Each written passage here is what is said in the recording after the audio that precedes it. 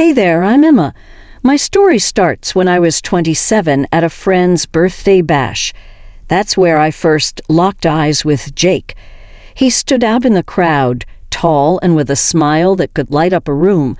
He worked in finance, something with stocks, I guess.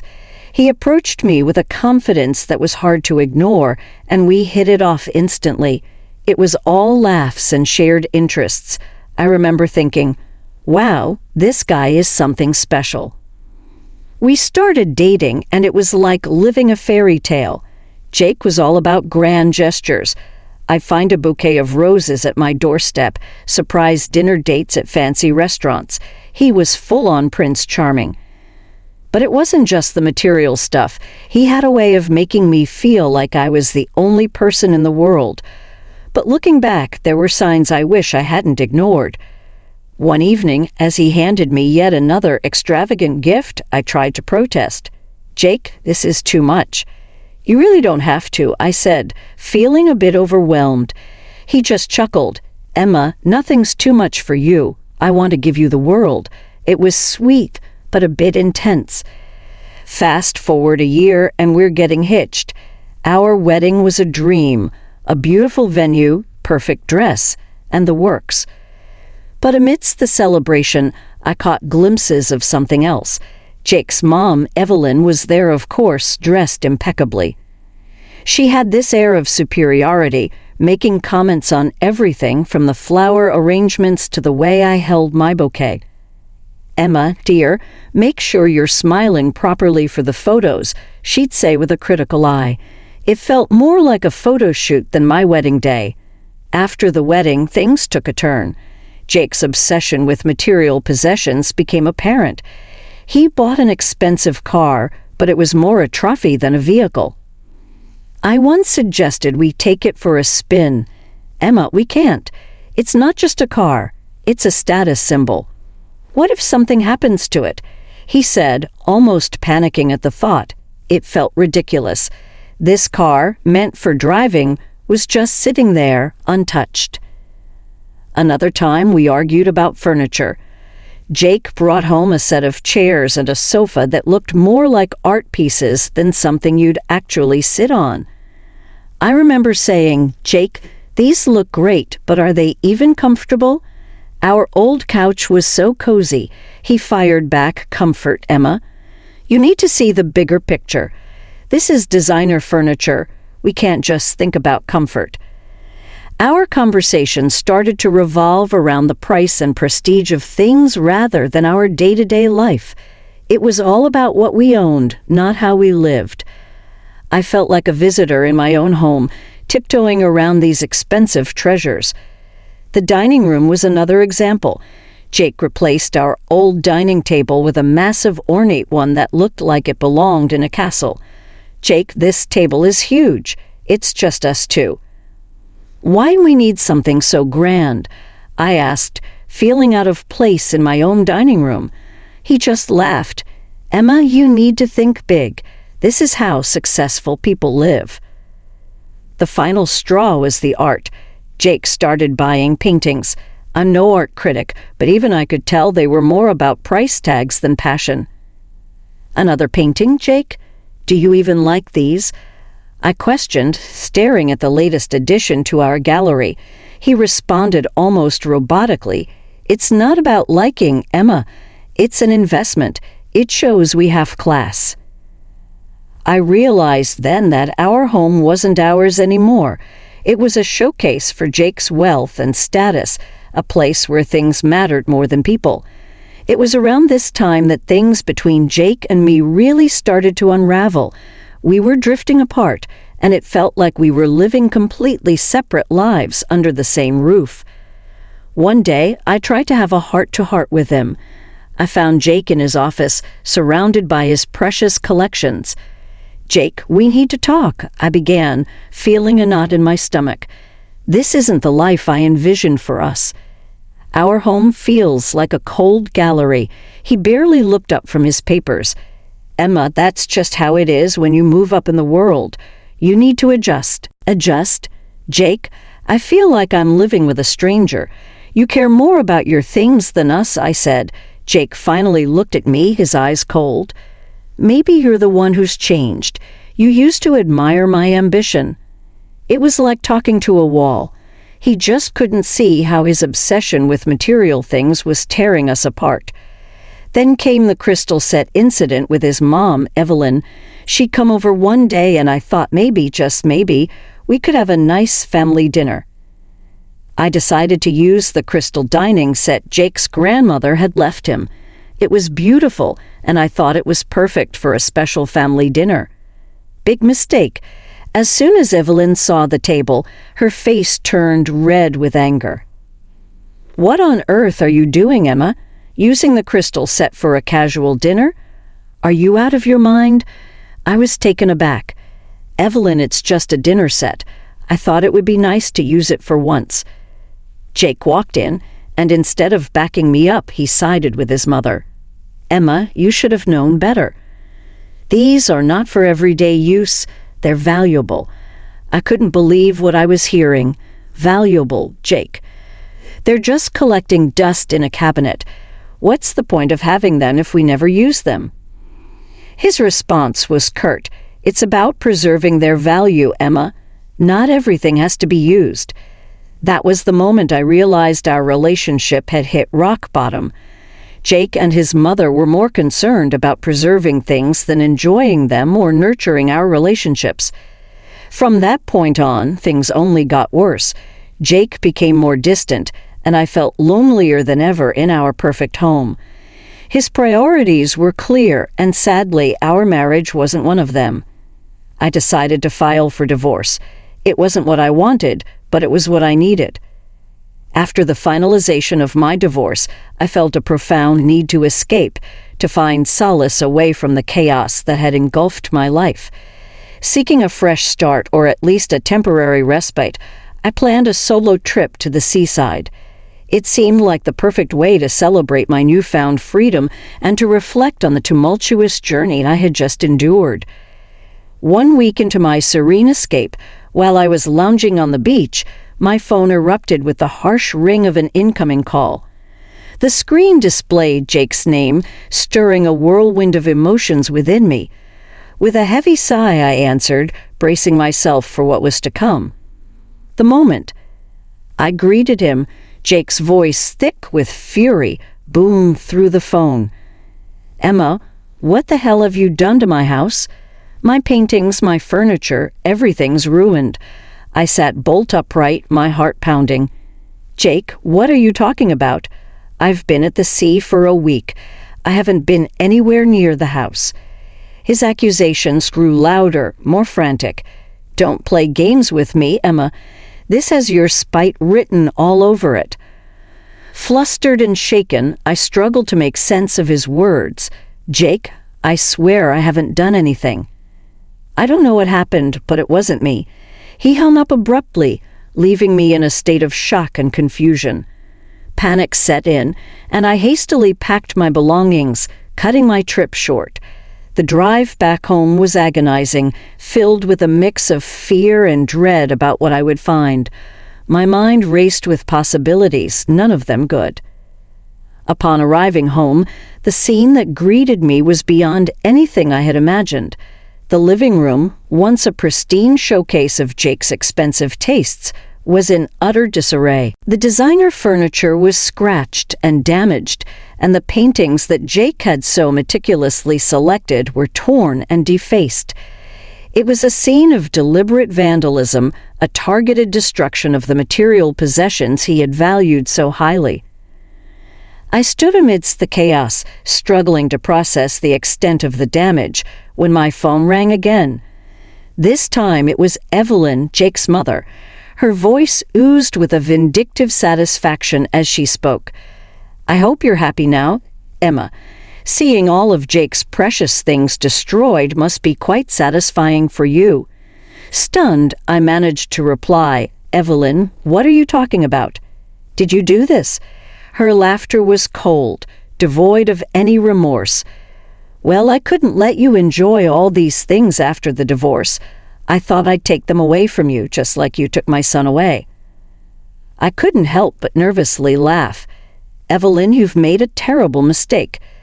The court awarded these items to Jake, not me. You've destroyed your own son's property." There was a moment of silence as the truth sank in. "No, that can't be. They were supposed to be yours to punish you." The call ended abruptly, leaving me in a state of shock. I was reeling from the shock of Evelyn's confession and the state of my home. I was trying to make sense of it all when my phone rang again. It was Jake. Bracing myself for another round of accusations, I answered. "Emma, this is not over. You'll pay for what you've done," he seethed, without any greetings. "Jake, listen to me," I said, trying to keep my voice steady. "Your mother just called. She admitted to destroying your stuff, thinking it was mine." There was a pause on the line, a silence filled with disbelief. "What? My mother?" "No, you're lying. She wouldn't do something like that." I felt a surge of frustration. "Why would I lie about this, Jake? She thought she was getting back at me for the divorce. She didn't know the court awarded those items to you." The skepticism in his voice was palpable. "I don't believe you." "Check your mail, Jake." I recorded a phone conversation with her in which she admitted everything. "Listen to it yourself." Another pause followed, longer this time. "If this is true, Emma—" "It is true, Jake.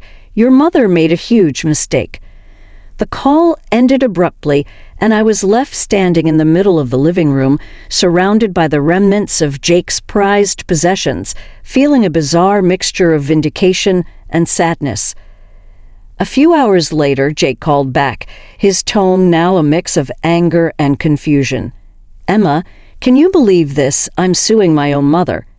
"Yeah, you do." "And Jake, I had nothing to do with this. I hope you understand that now." The situation quickly escalated into a legal mess, with Jake deciding to sue his own mother. I watched the whole drama unfold with a sense of irony. It was almost poetic justice, the woman who raised a son to worship material things now being sued by him for destroying those very things. Jake called me a few days after he filed the lawsuit, sounding all worked up. "Emma, can you believe this? I'm suing my own mother." I couldn't help but laugh. "Well, Jake, looks like the apple doesn't fall far from the tree. You and your mother are more alike than you think." He didn't find it amusing. "This isn't a joke, Emma. She destroyed property worth $90,000. "Oh, I know it's serious, but come on, Jake. You're suing your mom over things. Didn't you learn anything from our divorce?" He was silent for a moment, probably not expecting my blunt response. "I have no choice, Emma. She went too far," he replied, sounding drained. "Maybe now you'll understand, Jake. Life's about more than just stuff. You and your mother, you really deserve each other," I said as I hung up the phone. I couldn't help but feel a sense of closure watching Jake and his mother entangled in this legal and emotional chaos. The court sessions were a spectacle. Jake, usually so composed, was now embroiled in a bitter legal battle with Evelyn. She seemed to fluctuate between regret and stubbornness. I bumped into Jake outside the courtroom once and couldn't resist a jab. "How's it feel, Jake, taking your own mother to court?" He looked defeated, a shadow of his former self. "I never wanted it to come to this," he sighed. "What did you expect? You and your mom are always placing things above everything else," I retorted. The judge eventually ruled in Jake's favor. Evelyn was ordered to pay the full sum for the damages. When Jake called to tell me about the verdict, I felt no sympathy for him. "So you won. Happy now?" I asked, my tone laced with sarcasm. "It's not about winning, Emma. It's a mess," he replied, sounding drained. "Maybe now you'll understand, Jake. Life's about more than just stuff. You and your mother, you really deserve each other," I said as I hung up the phone. The whole ordeal had been a roller coaster of emotions, but it also served as a stark reminder of what happens when material possessions take precedence over relationships. It was a chapter of my life that I was more than ready to leave behind. After everything that had happened, my life took a turn for the better. I became tougher, more determined, and I relished the freedom I had gained from the shackles of my former life. I had no regrets, no sympathy for Jake or his mother, and I was enjoying every moment of my new, simpler life. One evening, while having a casual dinner at my comfortably modest home with my friend Sarah, the conversation turned to Jake and his mother. "Can you believe Evelyn had to get a job to pay back the 90 grand she owes Jake?" I said, shaking my head in disbelief but with a smirk on my face. "It's like a soap opera, but you can't make this stuff up. She really shot herself in the foot." Sarah laughed. "I know, right? After all her high and mighty act, look where she ended up, working to pay off her own son. It's karma at its finest," I nodded in agreement. "And what about Jake? How's he handling all this?" Sarah asked. I shrugged, taking a sip of my wine. "Who knows? Who cares? They're both out of my life, and that's all that matters. I've got my peace back, and that's priceless," I said with a chuckle, relishing the irony of the situation. The conversation moved on to how different my life was now, devoid of luxury, but filled with real comfort. "You know, I love your place. It's so you, no fancy stuff, just real, lived-in charm," Sarah remarked, looking around appreciatively. "Thanks, Sarah. That's exactly what I was going for. A home, not a showroom. It's amazing to live in a place where I can actually touch things without worrying about their price tag," I said, feeling a surge of pride. We spent the rest of the evening chatting and laughing, a stark contrast to the tense, uncomfortable gatherings at my old house. It felt good to have a space that was truly mine, reflecting my personality, not my social status. As Sarah left, she said, "You seem so much happier now, Emma. It's like you finally found your place." I smiled, feeling a deep sense of contentment. "I have, Sarah. I really have. I've learned that happiness isn't about owning things, but about living life on your own terms," I replied, finishing my coffee. "But maybe now you can start focusing on what really counts in life," I added as I stood up to leave. I looked at Jake, once so proud and confident, now humbled by his own actions. "Take care of yourself, Jake, and maybe try caring about people more than things," I said before walking away, feeling a sense of closure. The whole ordeal had been a roller coaster of emotions, but it also served as a stark reminder of what happens when material possessions take precedence over relationships. After the whole lawsuit drama, things calmed down, but the air was still thick with tension and unresolved feelings. Jake and his mother were no longer on speaking terms, and the once grand and proud home now felt more like a battleground. A few weeks later, I ran into Jake at a local coffee shop. It was an awkward encounter, but I couldn't resist striking up a conversation, curious about how he was coping. "Hey Jake, how's life treating you after the big court drama?" I asked, unable to hide the sarcasm in my voice. He looked up, weary and deflated. "Emma, it's been tough. Mom and I haven't spoken since the verdict," he replied. I sipped my coffee, trying to mask my indifference. "Well, what did you expect? You sued your own mother," I said with a shrug. I know, but she crossed a line. It's complicated," he sighed, running his hands through his hair.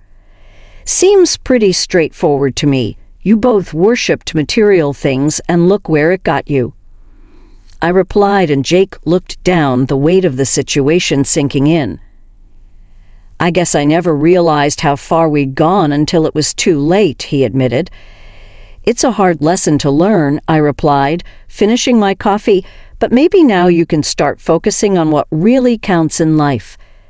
As I stood up to leave, I looked at Jake, once so proud and confident, now humbled by his own actions. "Take care of yourself, Jake, and maybe try caring about people more than things," I said before walking away, feeling a sense of closure. The whole ordeal had been a roller coaster of emotions, but it also served as a stark reminder of what happens when material possessions take precedence over relationships. After everything that had happened, my life took a turn for the better. I became tougher, more determined, and I relished the freedom I had gained from the shackles of my former life. I had no regrets, no sympathy for Jake or his mother, and I was enjoying every moment of my new, simpler life.